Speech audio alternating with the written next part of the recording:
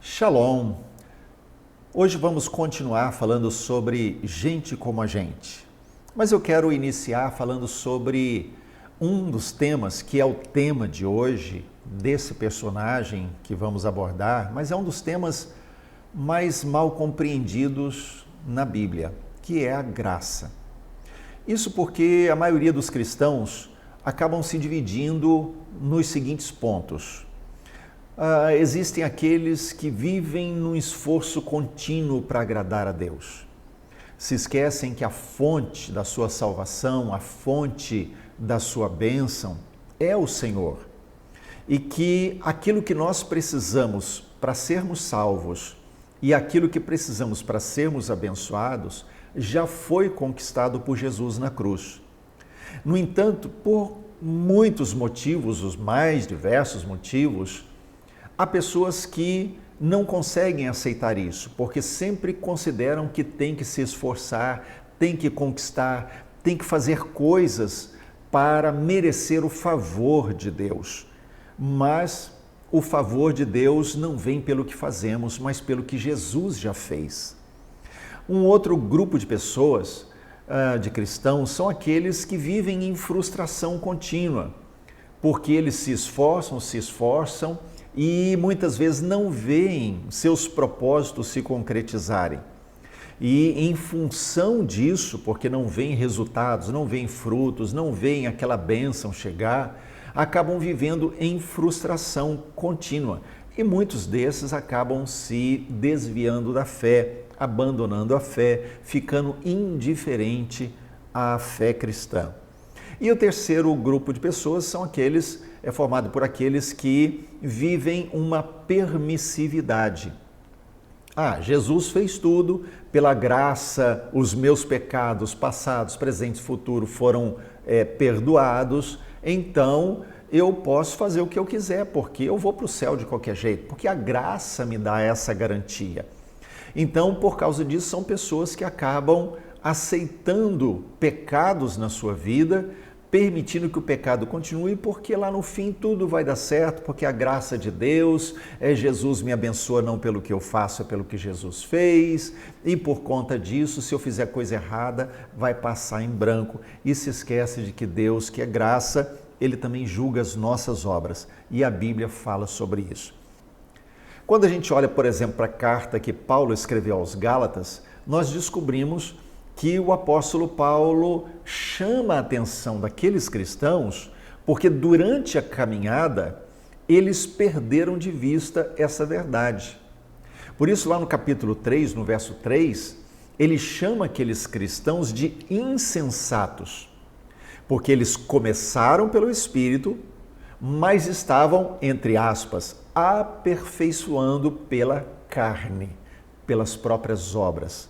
Ou seja, eles começaram bem, eles creram pela fé que a obra feita por Jesus Cristo na cruz do Calvário era suficiente, mas eles estavam avançando na vida cristã, não com base naquilo que eles creram lá no início, mas com base naquilo que eles acreditavam agora que era necessário acrescentar, aquilo que eles podiam fazer a mais para alcançar o favor de Deus.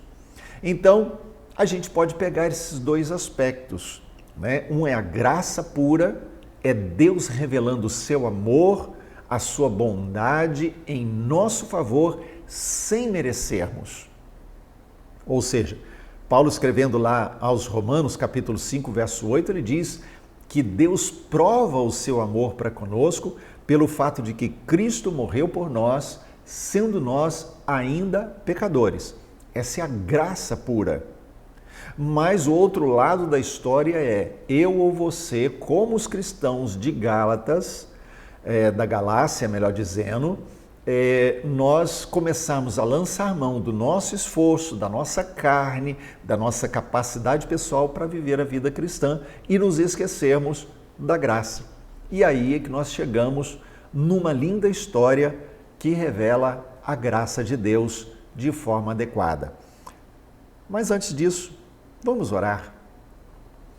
Pai, eu peço que a tua bondade, a tua graça seja conosco nesse momento, nos ajudando na compreensão, ó Deus, dos ensinos que ela contém e que, ó Deus, possa haver para nós a revelação de forma clara, de tal forma, Senhor, que cada pessoa que nesse momento nos acompanha possa ter a sua visão sobre a graça, sobre o teu amor, sobre o teu favor, afinada, ajustada, alinhada com aquilo que o Senhor nos fala na tua palavra. Eu peço a tua bênção em nome de Jesus. Amém. Então hoje nós vamos ver sobre Mefibosete, que é o personagem da nossa história, que é gente como a gente. Eu convido você a ler junto comigo o texto de 2 Samuel, no capítulo 9, do verso 1 ao verso 13. Disse Davi: resta ainda, porventura, alguém da casa de Saul, para que use eu de bondade para com ele, por amor de Jonatas? Havia um servo na casa de Saul, cujo nome era Ziba. Chamaram-no que viesse a Davi, e perguntou-lhe o rei: és tu Ziba? Respondeu: eu mesmo, teu servo. Disse-lhe o rei: não há ainda alguém da casa de Saul para que use eu da bondade de Deus para com ele? Então Ziba respondeu ao rei: ainda há um filho de Jonatas aleijado de ambos os pés. Onde está? Perguntou o rei. Ziba lhe respondeu: está na casa de Maquir, filho de Amiel, em Lodebar. Então mandou o rei trazê-lo de Lodebar, da casa de Maquir, filho de Amiel. Vindo Mefibosete, filho de Jonatas, filho de Saul, a Davi, inclinou-se, prostrando-se com o rosto em terra. Disse-lhe Davi: Mefibosete. Ele disse: eis aqui teu servo.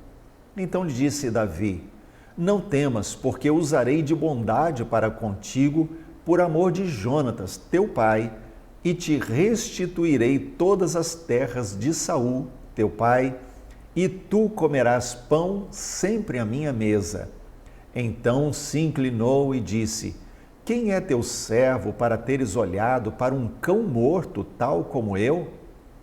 Chamou Davi a Ziba, servo de Saul, e lhe disse: tudo que pertencia a Saul e toda a sua casa dei ao filho do teu senhor.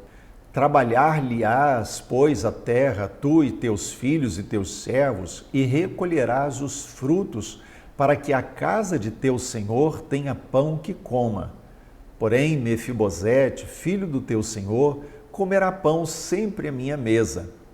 Tinha Ziba 15 filhos e 20 servos. Disse Ziba ao rei: segundo tudo quanto meu senhor o rei manda a seu servo, assim o fará. Comeu, pois, Mefibosete à mesa de Davi, como um dos filhos do rei. Tinha Mefibosete um filho pequeno, cujo nome era Mica. Todos quantos moravam em casa de Ziba eram servos de Mefibosete. Morava Mefibosete em Jerusalém, porquanto comia sempre à mesa do rei. Ele era coxo de ambos os pés. Então vamos recordar um pouco.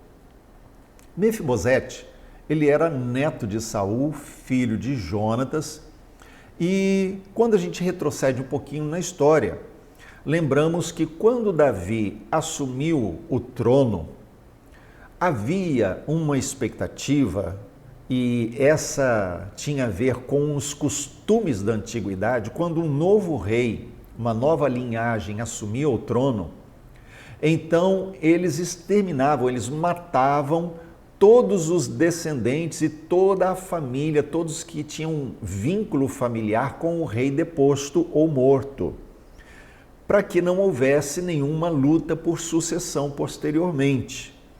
Então a expectativa era que Davi fizesse a mesma coisa, porque ele era outra linhagem, não a mesma de Saul, ele não era filho de Saul. Então a expectativa era essa. Então, uma das servas de Jonatas, né, e de Saul, que cuidava de Mefibosete, que era pequenininho ainda, era uma criança, ela pega o menino e foge. porque ela tinha essa expectativa de que o menino seria morto. Nessa correria da fuga, o menino cai e ele então passa a ser aleijado dos 2 pés, porque ele provavelmente teve fratura, alguma coisa. Naquele tempo não havia medicina qualificada para muitas coisas que hoje é trivial. Então o menino acaba ficando aleijado, ele não consegue andar adequadamente e vai viver em Lodebar, e lá ele cresce. Vimos que ele tem um filho, então constitui família. E então, depois que Jonatas e Saul morrem na guerra, o que fica é isso, esse descendente que sobrevive. Agora, quando Mefibosete ele vai morar na casa de Lodebar, ou melhor, na casa de Maquir, em Lodebar, ali é como se a vida dele tivesse mudado completamente, porque a gente descobre depois que Mefibosete, embora filho de Jonatas, temente a Deus, ele veio a ter um nome que era Meribe Baal. Baal é meu senhor. Então, muito provavelmente, isso é construído durante a sua estada em Lodebar. E Davi, então, toma a iniciativa de trazê-lo de volta para Jerusalém e principalmente para morar com ele, para estar com ele no palácio. E uma das coisas que a gente precisa levar em consideração é que havia uma aliança entre Davi e Jonatas.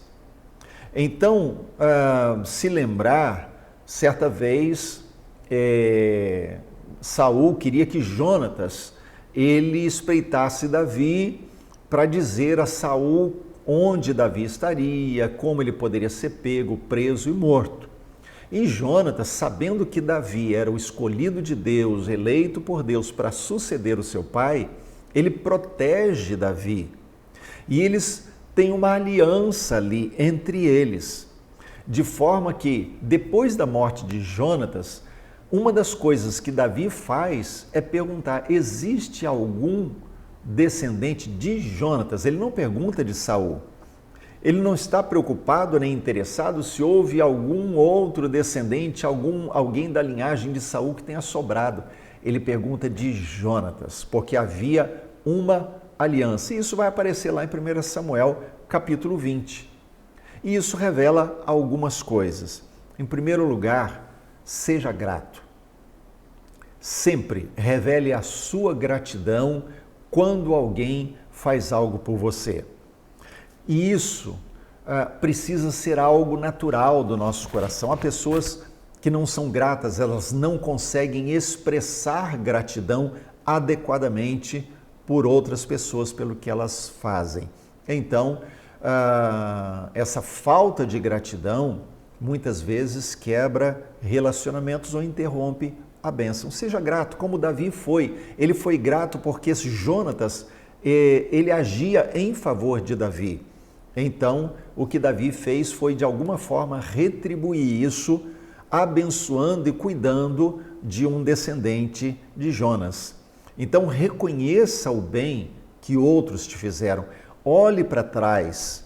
Às vezes, pessoas que passaram pela nossa vida fizeram muitas coisas boas, mas às vezes pode ter feito uma coisinha ruim. Por causa daquilo que ela fez de ruim, nós apagamos tudo demais que ela fez de bom. Então, seja grato, reconheça o que fizeram de bem e, principalmente, esteja disposto a retribuir e abençoar aqueles que te fizeram bem. Uma coisa que a gente precisa levar em consideração é que Mefibosete, ele estava esquecido onde ele estava. Mas Davi, ele, onde está? Tem mais algum? E havia um servo, e ele disse: olha, existe um. E isso traz para nós uma lição muito especial, que é: Deus sabe como te encontrar. Deus sabe como te encontrar. até no lugar mais improvável, Deus te encontra. Saiba de uma coisa, os olhos de Deus passam por toda a terra. Os olhos de Deus estão sobre justos. Deus é onisciente, Ele conhece todas as coisas e Ele sabe exatamente onde você está. Não pense que Deus te esqueceu. Não pense que Deus não vai se lembrar das promessas que Ele te deu.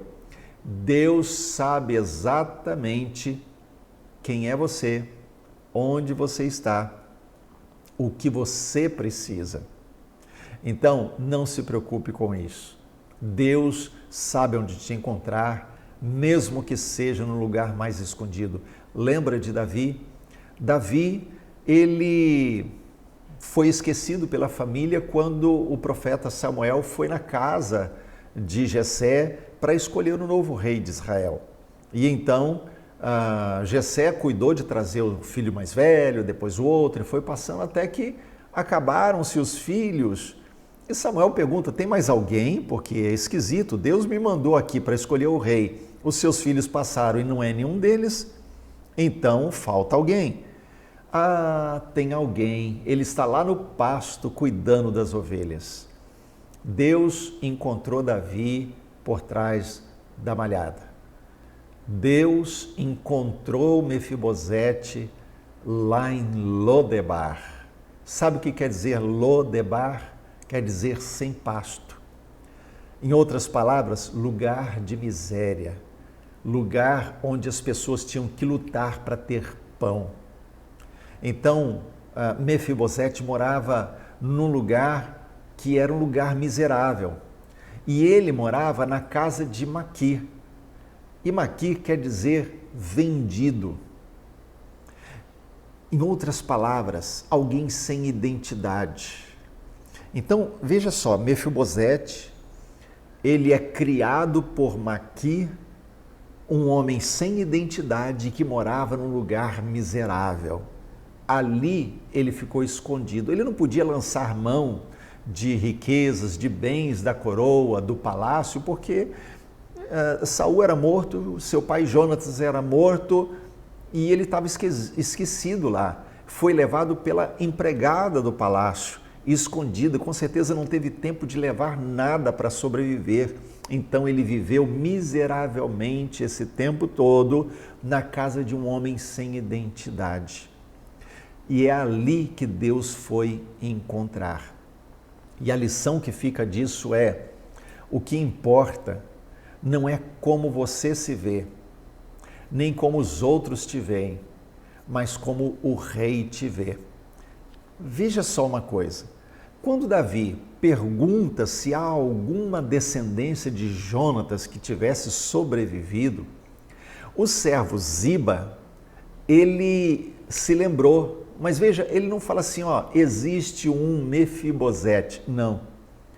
Ele diz, existe um filho de Jonatas. Então ele é apenas o filho de Jonatas. Aquele lá, qual o nome? Não sei, não lembro, é filho de Jonatas. E mais, ele diz, o aleijado. Ele é aleijado. A única coisa que se lembrava de Mefibosete é que ele era filho de Jonatas e era um aleijado. Não tinha nome. Portanto, não tinha uma identidade. E quando Davi manda chamar Mefibosete, ele chega no palácio, Davi imediatamente diz, olha, eu quero que você venha morar aqui, eu vou te abençoar, eu vou te restituir tudo que era do seu pai, do seu avô. E como é que Mefibosete reage? Ele diz, o que é que o Senhor, o rei, viu num cachorro morto como eu? Essa era a visão que Mefibosete tinha de si mesmo. Ele não tinha a menor noção das intenções do rei, ele não sabia o que estava no coração de Davi. Então, Mefibosete, naquele momento, se identifica como cachorro morto. Então, não importa como os outros te veem, não importa como você se vê, o que importa é como o rei te vê. Davi via Mefibosete como filho de Jonatas, alguém honrado que merecia estar à mesa do próprio rei. Não o aleijado, não o cachorro morto, mas uma pessoa amada a quem o rei estava buscando para mostrar o seu favor.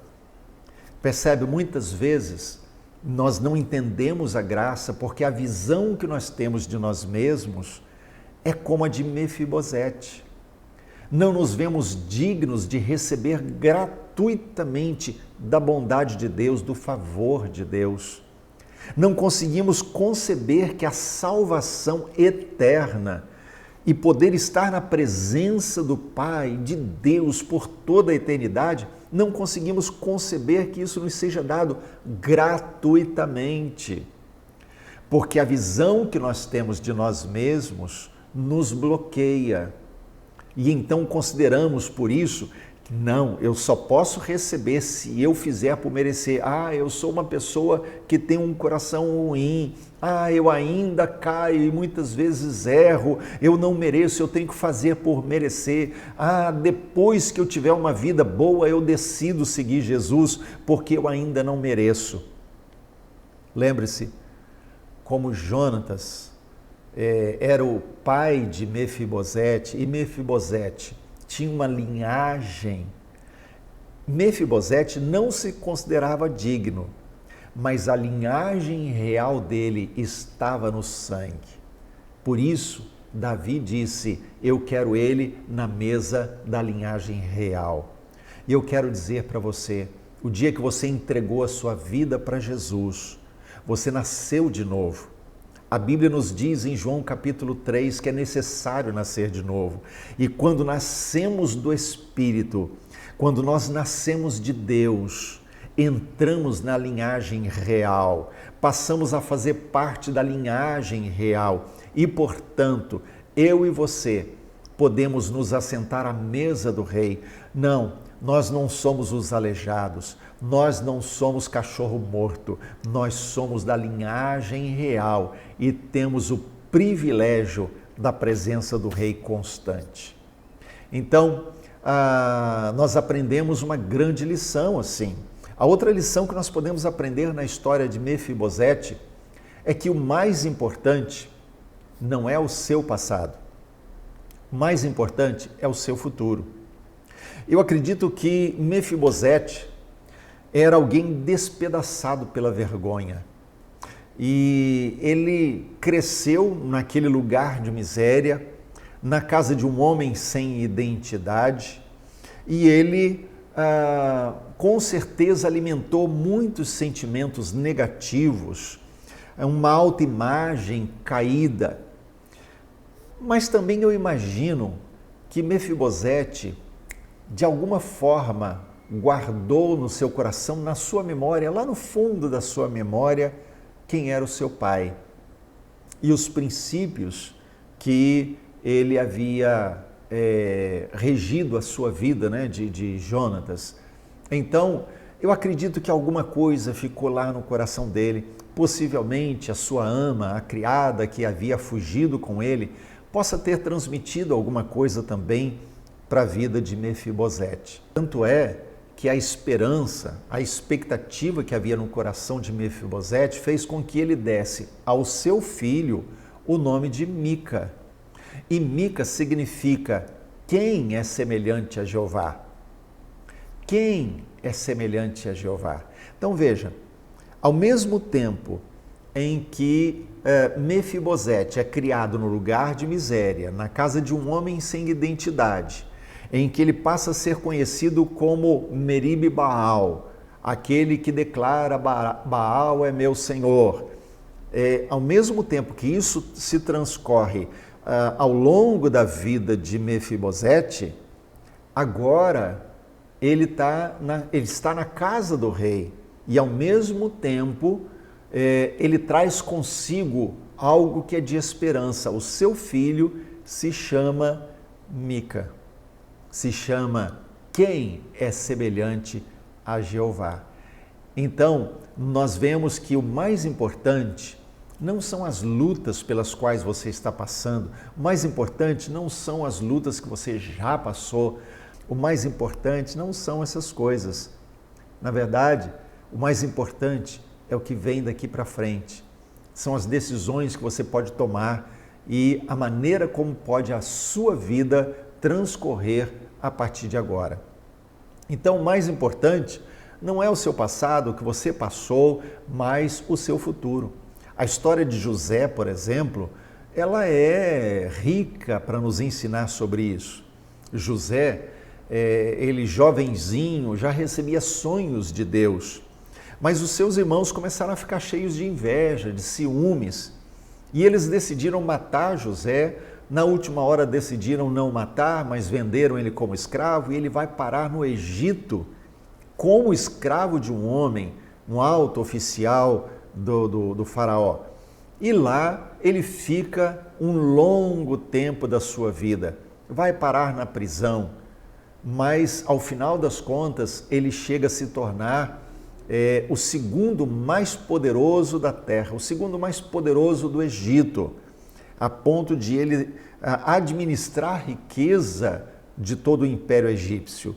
E quando ele está lá e ele recebe os seus irmãos para socorrer sua família que estava vivendo necessidades em Canaã, José abraça os seus irmãos e diz: olha, não fiquem com medo.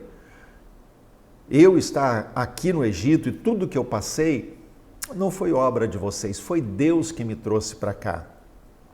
Ou seja, ele podia olhar para a sua situação presente e futura e saber, olha, as lutas que vieram na minha vida não foram produzidas por pessoas, foi Deus me amadurecendo e me preparando para algo maior que vem depois.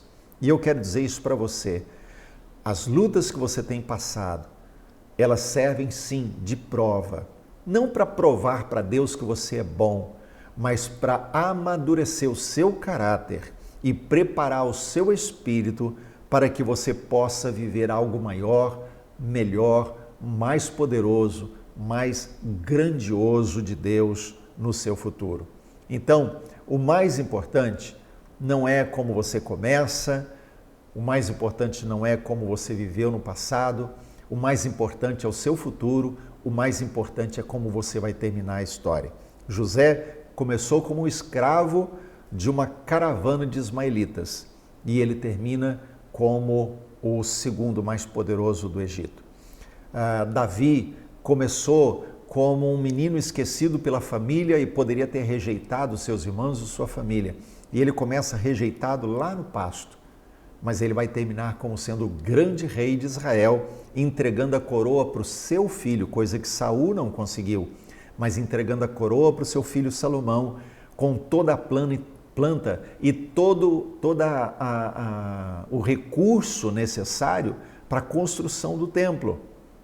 Então, não importa se você começou mal, importa se você conserta daqui para frente com Deus, se você acerta a sua vida com Deus, se você toma as decisões certas nesse momento, porque aí o seu futuro estará aplainado e você poderá viver grandes momentos com Deus. Uma outra coisa que eu quero chamar a atenção está na atitude de Davi. Porque pela lógica da época, Davi não tinha motivos para buscar Mefibosete. Pelo contrário, ele tinha todos os argumentos para matar Mefibosete pelo receio de que ele se levantasse no futuro para reivindicar o trono. Ou, no mínimo, Davi tinha todas as razões daquela época para ignorar Mefibosete. Mas Davi, ele decidiu nem matar, nem ignorar. Ele decidiu abençoar. E ele decidiu fazer isso, abençoar, alguém que não poderia dar nada em troca para ele. Então, é muito comum a gente querer abençoar aquele que pode nos dar um troco. Eu faço algo para aquele porque depois ele pode me recompensar. Eu abençoo aquela pessoa, eu faço algo de bom, porque lá no futuro eu posso precisar dela. Mefibosete não podia oferecer nada para Davi. Então, Davi fez algo gratuitamente. E isso é graça. Mefibosete jamais poderia retribuir a Davi. E ele não poderia conquistar o direito de estar à mesa com Davi. Mefibosete poderia ficar agradecido apenas. Poderia se oferecer para ser um servo, um escravo de Davi. Mas Mefibosete, estando em Lodebar, não poderia sequer alimentar a expectativa de conquistar o favor de Davi. Pelo contrário, mas Davi toma a decisão de abençoar quem não poderia retribuir. E isso Deus fez em nosso favor e nós somos chamados a fazer em favor do nosso semelhante. Abençoar não porque teremos troca, fazer o bem não porque o outro pode retribuir, mas fazemos isso porque Deus primeiramente fez a nosso favor. Então vai uma outra lição também. Semeie aquilo que você recebeu. Davi recebeu de Jonatas e agora ele está semeando aquilo que ele recebeu. Então Davi foi generoso. E eu quero desafiar você, seja também generoso. Seja alguém que retribui, seja alguém que abençoa, seja alguém não mesquinho, para que outros sejam abençoados. Davi recebeu de Deus, Davi recebeu de Jonatas, Davi recebeu muito. Então, ele também agora podia dar, ele podia abençoar, ele podia fazer muito em favor de outros. E é exatamente o que ele vai fazer. E essa é uma lição para mim e para você. Sejamos generosos, porque de graça recebemos, de graça devemos dar. Vamos dar uma olhada, por exemplo, lá em 2 Samuel, capítulo 7, o verso 8, depois os versos 18 e 19, quando Deus fala com Davi a respeito daquilo que Deus fez por ele e depois como Davi responde ao Senhor a respeito desse chamado que Deus havia dado a Davi. Veja só o que esse texto diz. Agora, pois, assim dirás ao meu servo Davi, assim diz o Senhor dos Exércitos, tomei-te da malhada, de detrás das ovelhas, para que fosses príncipes sobre o meu povo, sobre Israel. Agora versos 18 e 19. Então entrou o rei Davi na casa do Senhor, ficou perante ele e disse, quem sou eu, Senhor Deus, e qual é a minha casa para que me tenhas trazido até aqui? Foi isso ainda pouco aos teus olhos, Senhor Deus, de maneira que também falaste a respeito da casa de teu servo para tempos distantes. E isso é instrução para todos os homens, ó Senhor Deus. Davi orou isso, depois que ele trouxe a arca. Deus fala com ele, olha, eu te escolhi, eu te encontrei no lugar improvável e eu te trouxe para ser príncipe sobre Israel. E Davi reconhece essa bondade de Deus, que ele, Davi, não era merecedor.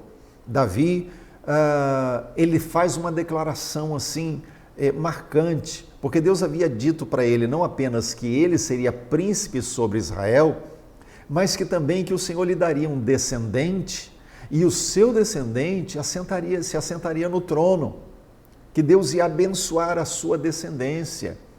E Davi diz, Senhor, quem sou eu?